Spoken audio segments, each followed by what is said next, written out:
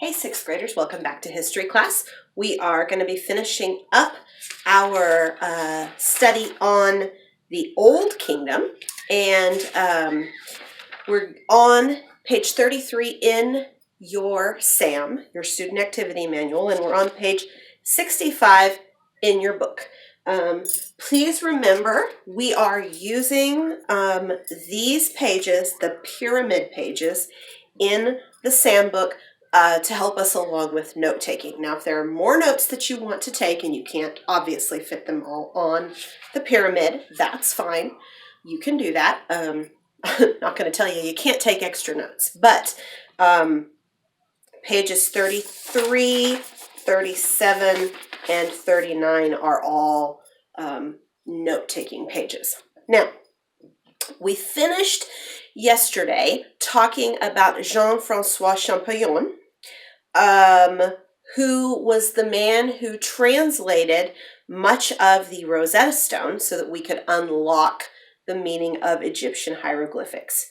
Now, that was really important because we could learn even more about the ancient Egyptian culture.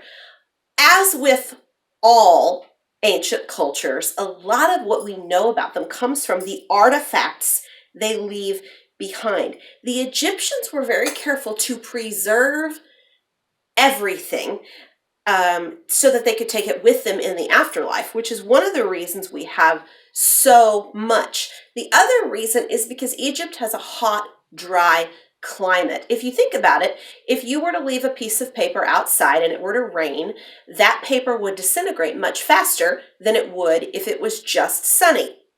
Water kind of helps things disintegrate. And so because Egypt has a hot, dry climate, so many things were preserved so much more effectively in ancient Egypt than in many other ancient cultures. Even so many things have survived because of this in ancient Egypt. Food items, clothing, colored paintings have survived. And so we know more about ancient Egypt than pretty much any other ancient civilization of the same time period. Obviously, the largest artifacts in Egypt are the architectural ones, the ancient the Great Pyramids, the Great Sphinx. There are so many paintings inside the pyramids that tell us all about Egyptian life, because they painted the insides of the pyramids with scenes from everyday life, and so we were able to really see what life was like for these people. There are also storehouses, temples, palaces all over. Most of these buildings are located in the cities of Memphis and Thebes, and there are so many of them. You could look up Egyptian temples and you could see the giant statues and just the beautiful artwork involved in the things that they did. We know a lot about ancient Egypt, not only from their artifacts, but historians have learned a lot about them from written records. Now, ancient Egyptians used, and this is a really cool process, used a plant called papyrus.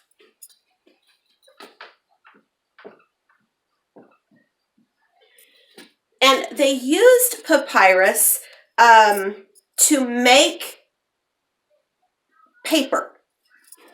Now let's talk a little bit about that, because this is a really cool process. So papyrus, you can see on page 66 in your book, papyrus is a plant that grows along the Nile River, and they made the paper from the pith. That's P-I-T-H, and the pith is the soft center of a stem. The papyrus plant is kind of hard on the outside and has a soft center. In fact, we get our word paper from the word papyrus. And you can actually see the process of making papyrus the way they did it in ancient times, they would cut the stems into section, they would peel them, slice them, and then they would soak them and they would layer them. So they would layer one this way, you know, a bunch of papyri this way and a bunch of papyri this way, so that you had it like this. They didn't weave it, but they layered it, and then they would soak it and pound it so that it would kind of all moosh together, and then when it dried, they would have papyrus. Papyrus was light, it was thin, you could store it easily, which was great. You know, you might remember from the ancient Sumerian culture how, you know, they wrote on stone and on clay. It's much heavier. Papyrus is much lighter, portable, easy to store, and they kept it and they used it for thousands of years. Again, because Egypt was so dry, we have a lot of papyri. That's the plural for papyrus. We have a lot of papyri available. They also used it to make baskets. They used it to make boats. They used it to make ropes. Papyrus is very, very versatile. One of the most interesting things about ancient Egypt, and you guys have already done a worksheet on this, is the mummies.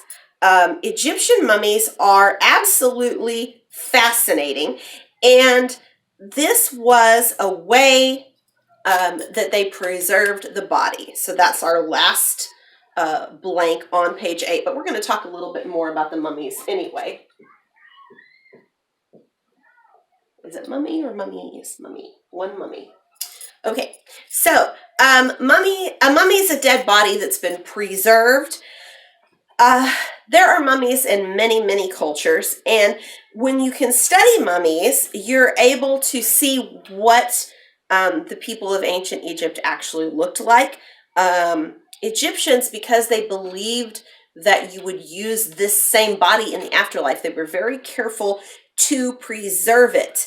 They obviously did not believe in the one true God, and because of that, they believed if you didn't have a body, you wouldn't exist in the next world. So if you died and your family had enough money, they would pay a person called an embalmer to preserve your body.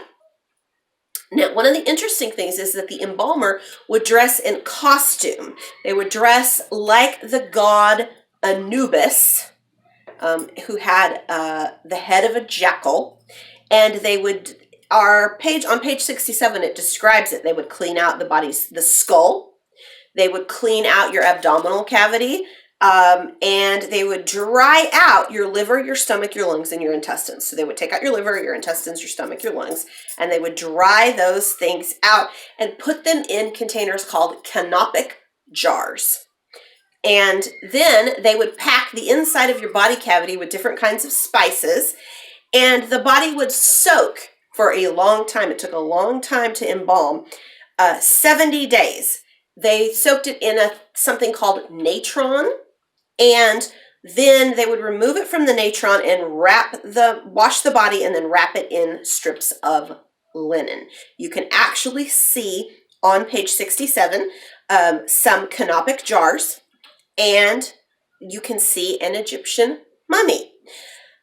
Then the family would get the body after it was embalmed and wrapped, and they would prepare it for burial. Now, if you were very wealthy, again, you would purchase several coffins, and these coffins each would fit one inside another. Coffins were made out of lots of different things, metal. Some of the pharaohs had gold coffins. Then there would be also a stone coffin. A stone coffin is known as a sarcophagus. So that's a very specific term for a stone coffin. Some of them were very richly decorated. If you were to look at the sarcophagus of King Tut, for instance, you would see, lots of beautiful, very fancy carvings, and just amazing, some of the artwork that they did. The mummy, if you were wealthy, you would be buried with all the stuff you needed to take with you. Sometimes, if a person was extremely wealthy, some of their servants would be killed and then embalmed so they could go with them to the afterlife. So that's it for the Old Kingdom. I do want to point out some interesting things we have on page 68 and 69 in your book. You can read about cartouches. Those are important. And you can also read about hieroglyphics. You can read, there's a page, I believe it's on the back side of the mummy page. Let me check real quick. Yes. And if you want to do that for fun, for extra credit, you can. But it's the back page of the mummy page, and you'll need page 69 in your book to do that one about hieroglyphics, which is really fun.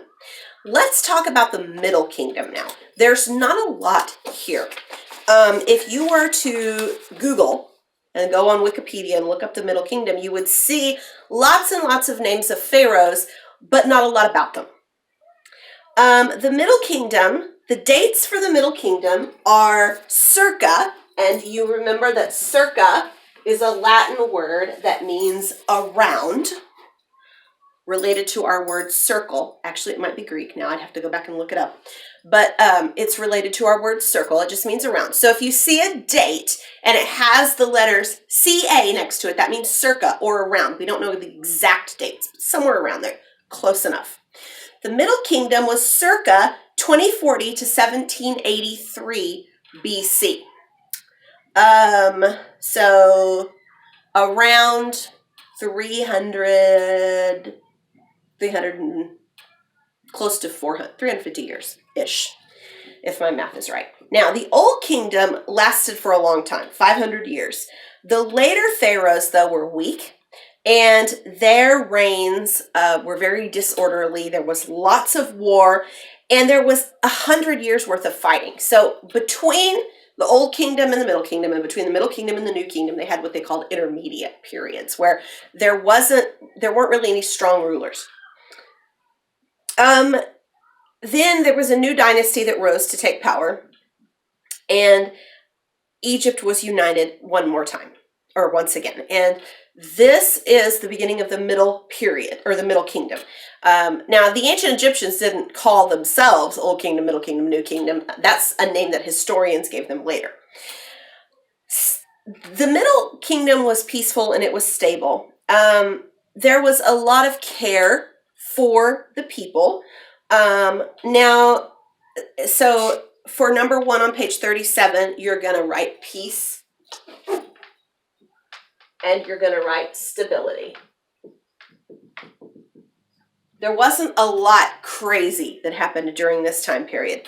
The Egyptian leaders built canals, they built ponds, they did these things in order to store the floodwaters of the Nile.